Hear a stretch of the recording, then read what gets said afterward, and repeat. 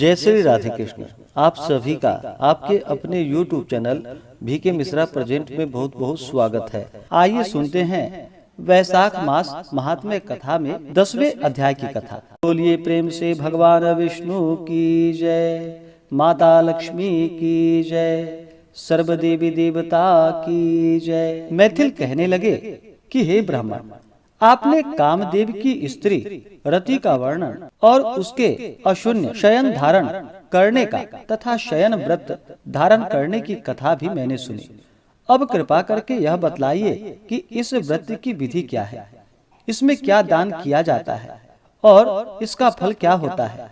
कृपा पूर्वक मुझको सविस्तार समझाइए। यह बात सुनकर श्रुतदेव कहने लगे कि वह अशून्य शयन व्रत पापों का नाश करने वाला है। इसका विधान पहले ही श्री हरि ने लक्ष्मी जी से कहा था, वह मैंने तुमको सुनाया। इस व्रत के करने से भी लक्ष्मीपति भगवान विष्णु प्रसन्न होते हैं। इस पापनाशक व्रत के किए बिना मनुष्य जो गृहस्थ धर्म में प्रवेश करता है, उसके सब कर्म निष्फल हो जाते हैं। श्रावण शुक्ल तृतीया को इस व्रत को धारण करना चाहिए। चातुर्य मास में हविष्यान्न भोजन ग्रहण करना चाहिए।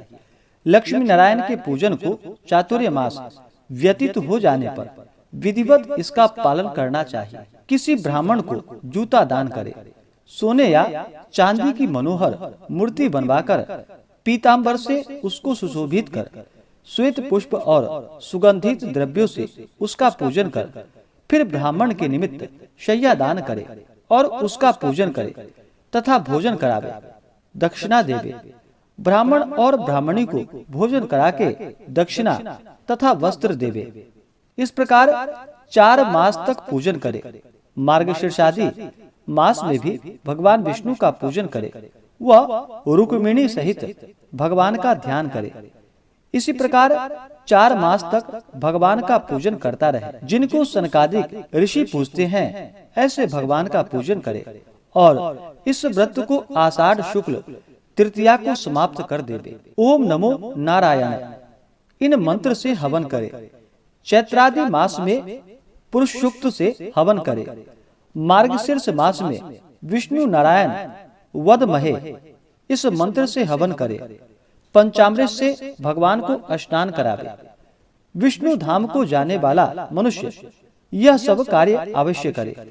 यह कथा सुनकर राजा ने श्रुतदेव से प्रश्न किया कि हे ब्राह्मण, वैशाख मास में छत्रदान का क्या महत्व है?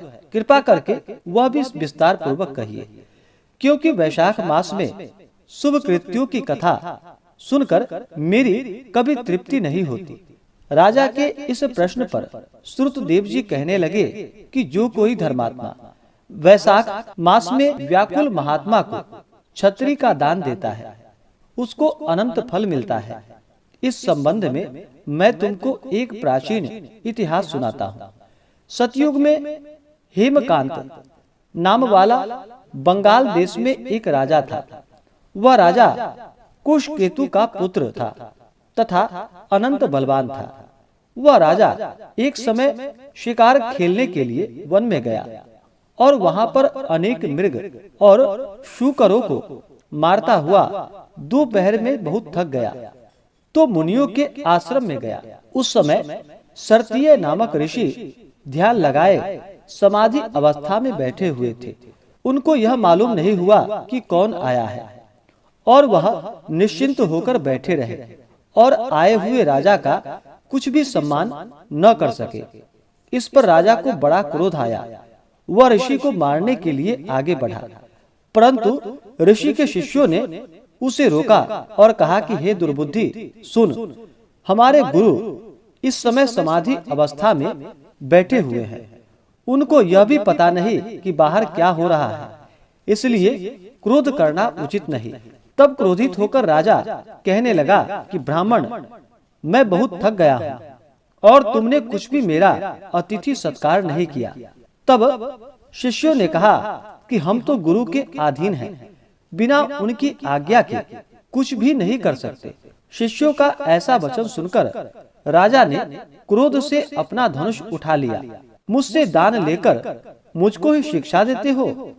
ऐसे कृतघ्नों को अवश्य मारना चाहिए। ऐसा कहकर राजा उन पर बाण चलाने लगा। इससे वह शिष्य भयभीत होकर इधर उधर भागने लगे। राजा के सैनिकों ने उनको चारों ओर से घेर लिया और राजा ने उनमें से 300 शिष्यों को मार दिया। जब आश्रम में कोई न रहा तो आश्रम की सब वस्तुएं लेकर राजा और उसके सैनिकों ने खूब भोजन किया। सायंकाल जब राजा अपने घर पर आया तब उसके पिता राजा शतकेतु ने सब वृतांत सुनकर पुत्र की बहुत निंदा की तथा उसको घर के बाहर निकाल दिया। जब पिता ने उसको त्याग दिया और राजा हेमकांत वन में चला गया तो वह अत्यंत व्याकुल होकर इधर उधर फिरने लगा और ब्रह्म हत्या उसको सताने लगी। इस प्रकार उस दुरात्मा को फिरते फिरते 18 वर्ष बीत गए। तो एक दिन चित्र नाम के ऋषि वैशाख मास में तीर्थ यात्रा करते हुए उस वन में आ गए और धूप से व्याकुल होकर मूर्छा खाकर पृथ्वी पर गिर पड़े। तो देव योग से हेमकांत ने ऋषि को मूर्छा खाकर गिरते हुए देख लिया और उनके मन में बड़ी दया उत्पन्न हुई। उसने ढाक के पत्तों की एक छतरी बनाई और मुनि के सिर पर लगा दी। तुम्बी का जल पिलाया। इस उपचार के करने से मुनि की मूर्छा निवृत्त हो गई और हेमकांत की बनाई हुई छतरी को लेकर मुनि की इंद्रियों में चैतन्य आ गया और वह धीरे धीरे ग्राम में पहुंच गए। इस पुण्य से उसकी 300 ब्राह्मणों की हत्या का पाप क्षण भर में नष्ट हो गया। तब हेमकांत ने बड़ा आश्चर्य किया। उसके द्वारा इतने कष्ट देने पर भी वह सब हत्याएं कहाँ गईं, कैसे दूर हो गई। इस प्रकार जब यह बात सोच ही रहा था तो उसकी मृत्यु निकट आ गई और उसको संघ्राणी का रोग लग गया।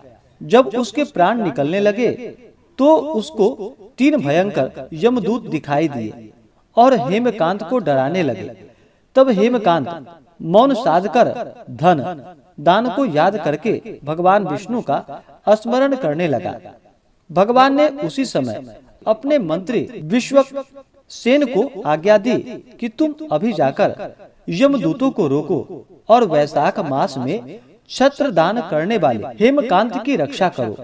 वह निष्पाप है और भक्त है तथा उसके पिता कुशकेतु से कहो कि तुम्हारा पुत्र धर्म से रहित है परंतु वैशाख मास में निरत होने से मेरा प्रिय है। इसने यद्यपि बहुत बड़े पाप किए हैं परंतु उसने धूप से व्याकुल मूर्छित ऋषि की रक्षा की है और वैशाख मास में छत्र का दान किया है। इससे वह निष्पाप हो गया है एवं पुण्य के प्रभाव से वह शांत स्वभाव जितेंद्रिय तथा निष्पाप हो गया है और चिरायु भी हो गया है। वह सब गुणों में तथा वीरता में तुम्हारे ही समान है। अतः उसको राज्य का भार सौंप दो क्योंकि वह बड़ा बलवान है। फिर विश्वक्सेन हेमकांत को अपने साथ लेकर उसके पिता के नगर में गया, जिसको देखकर कुशकेतु अत्यंत आश्चर्य में पड़ गया। फिर भगवान के पार्षद विश्वक्सेन को देखकर बड़ी श्रद्धा से उनके पैरों में गिर पड़ा और दंडवत करके दिव्य मंत्रों से उनकी स्तुति की। विश्वक्सेन ने जो कुछ भगवान की आज्ञा थी सब कुशकेतु को सुना दी और कुशकेतु भी अपने पुत्र को सिंहासन पर बैठाकर विश्वक्सेन की आज्ञा अनुसार तप करने के लिए वन में चला गया और विश्वक्सेन हेमकांत को समझाकर तथा धन्यवाद देकर श्वेत द्वीप में चला गया।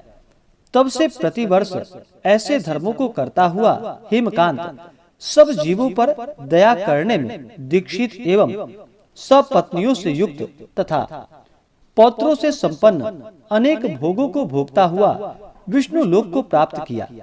वैशाख मास से अधिक और कोई धर्म पापों को नाश के लिए नहीं है। यह पापों का नाश करने के लिए जलते हुए ईंधन का काम करता है और धर्म, अर्थ, काम और मोक्ष सब पदार्थों को देने वाला है। इस प्रकार से श्री स्कंद पुराणीय वैशाख महात्म्य में नारद एवं अम्बरीश के संवाद में छत्रदान प्रशंसा रूपी नामक 10वां अध्याय पूर्ण हुआ। तो बोलिए प्रेम से भगवान विष्णु की जय, माता लक्ष्मी की जय। अब सुनते हैं भगवान विष्णु की आरती। तो बोलिए प्रेम से भगवान विष्णु की जय। ओम जय जगदीश हरे, स्वामी जय जगदीश हरे। भक्त जनों के संकट, दास जनों के संकट क्षण में दूर करे। ओम जय जगदीश हरे। जो ध्यावे फल पावे, दुख बिन से मन का, स्वामी दुख बिन से मन का। सुख संपत्ति घर आवे, सुख संपत्ति घर आवे, कष्ट मिटे तन का। ओम जय जगदीश हरे। मात पिता तुम मेरे, शरण गहूँ मैं किसकी, स्वामी शरण गहूँ मैं किसकी। तुम बिन और न दूजा, तुम बिन और न दूजा, आस करूँ मैं किसकी। ओम जय जगदीश हरे। तुम पूर्ण परमात्मा, तुम अंतर्यामी, स्वामी तुम अंतर्यामी। पार ब्रह्म परमेश्वर, पार ब्रह्म परमेश्वर, तुम सबके स्वामी। ओम जय जगदीश हरे। तुम करुणा के सागर, तुम पालन करता, स्वामी तुम पालन करता। मैं मूर्ख खल कामी, मैं सेवक तुम स्वामी, कृपा करो भरता। ओम जय जगदीश हरे। तुम हो एक अगोचर, सबके प्राणपति, स्वामी सबके प्राणपति। किस विधि मिलूं दया मैं, किस विधि मिलूं दया मैं, तुमको मैं कुमति। ओम जय जगदीश हरे। दीन बंधु दुख हरता, तुम ठाकुर मेरे, स्वामी तुम ठाकुर मेरे। अपने हाथ बढ़ाओ, करुणा हाथ बढ़ाओ, द्वार पड़ा तेरे। ओम जय जगदीश हरे। विषय विकार मिटाओ, पाप हरो देवा, स्वामी पाप हरो देवा। श्रद्धा भक्ति बढ़ाओ, श्रद्धा भक्ति बढ़ाओ, संतन की सेवा। ओम जय जगदीश हरे। ओम जय जगदीश हरे। स्वामी जय जगदीश हरे। भक्त जनों के संकट, दास जनों के संकट क्षण में दूर करे। ओम जय जगदीश हरे।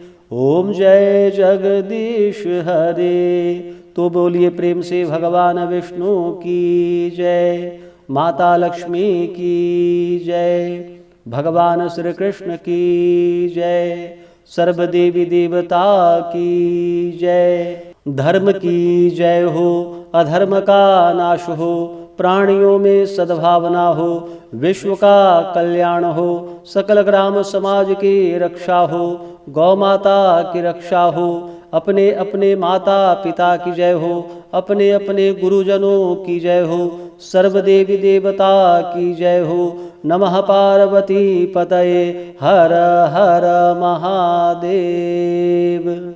इसके आगे की कथा जो कि आप अगले अध्याय में श्रवण कर पाएंगे। तो आशा करता हूँ कि यह जानकारी आपको अच्छा लगा हो। इसी प्रकार से ज्ञानवर्धक जानकारियाँ प्राप्त करते रहने के लिए, व्रत पूजा के बारे में जानने के लिए, कथा को सुनने के लिए चैनल पे अगर आप पहली बार आए हैं तो चैनल को लाल बटन दबा करके सब्सक्राइब करें, साथ में बेल आइकन घंटी को दबाएं ताकि आने वाली वीडियो का नोटिफिकेशन आपको समय से मिलता रहे। वीडियो को लाइक करें, शेयर करें। सुखी रहें और स्वस्थ रहें। जय श्री राधे कृष्ण। धन्यवाद।